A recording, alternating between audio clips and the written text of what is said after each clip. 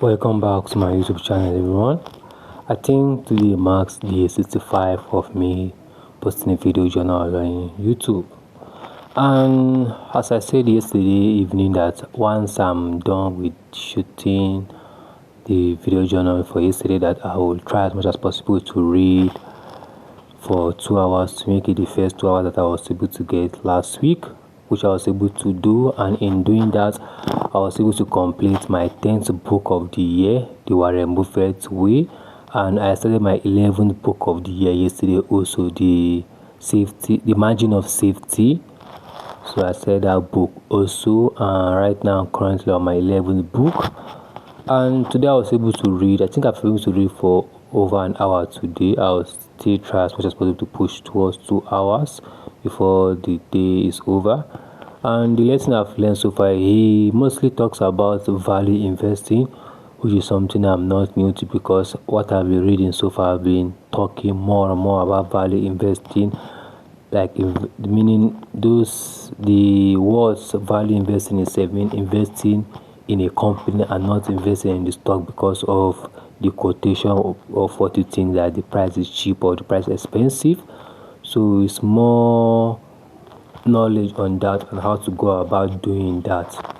So yeah, the book talks about value investing so far, and that's what I've been reading. It's currently talking about why speculators are often unsuccessful and why investors are often successful. Because investor, the pathway for them is to be a value investor, investing in company that has strong fundamentals, and they don't look at the quotation because that's not what they're looking at. They're looking at the future growth potential of the company, and as long as that's aligned with them having good management plan, good execution, and a product that's able to generate profits in the short term and the long term, then that's qualifies as an investment opportunity for the investor. But the speculator normally goes around buying and selling because he thinks the price is too high or too low because of one or two reasons, and that's the reason why they are mostly unsuccessful.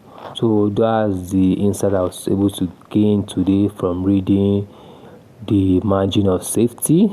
I think by I have not Seth Klarman. I think I will try and memorize that. There's one of the errors I've been doing constantly, where I don't normally try to learn the authors, but I just learn the title of the book and I go straight into it and try to devour what can be useful to me and what will stick to my brains before I start my investment journey in stock. So I should have as much as knowledge as possible to guide me through it.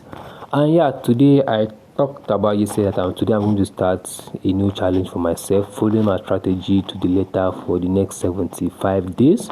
Today makes it my day one, and I started it today with Audi, with Euro Audi. Euro Audi was the first position I took, and the first position actually took me out in a loss, not because I was wrong, but because my portfolio was small, $4.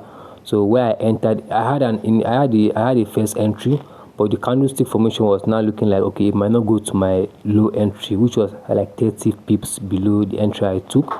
So the market went low, and as it went lower, my account could not handle my stop loss that I held, because Bybit does not actually allow you to have 100% of your account in stake, which I just believe that I kind of believe that the price action will not go below the support line that much, but it went way below, which caused my account to be triggered. So I lost the account, but fortunately for me, when I saw it, it was around the entry zone I wanted to enter at, so I immediately deposited into the account and I took the position again, because right now everything looks valid for me, so there was no reason whatsoever for me to not take it. So following my strategy and everything else being in place, I'm currently holding Euro Audi, which you should be seeing. This is the position right now that I'm holding, and if it goes well, I'll be bagging in $19, and that is if I'm not able to get another entry, which I want to get into if things go right. But at the same time,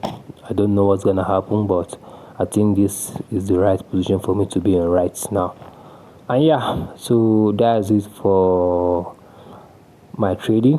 This match has been, I don't know what's wrong with the match energy. I've blown accounts multiple times. Even following my trade to the letter today, I still found a way to blow my account because my account was not able to handle the margin level that Bybit that Bybit requires for anyone to hold a position. So that was my bad. I should have done better. I could have not gone into the position because I didn't know my account would not be able to sustain it, but I just kind of believed that the position was right. So that was on me. Right now I'm in a position where everything clicks, and if it goes well, I make enough profit to wipe out my match losses. Match losses, that's meaning the deposited match loss, not my initial loss. So, and with there I'll find a way to start climbing the ladder of compounding profit. And as long as I'm sincere with myself and I follow my strategy to the letter, I will have more wins and my losses won't take me out as badly as it did on the, I think it was 2nd of March, right? So yeah, as long as I can prevent a day like that from happening where I don't follow my risk management plan on a 100 pip size accounts, I should be okay going forward. So yeah, that's it all for my daily journal today. I'll see you all tomorrow.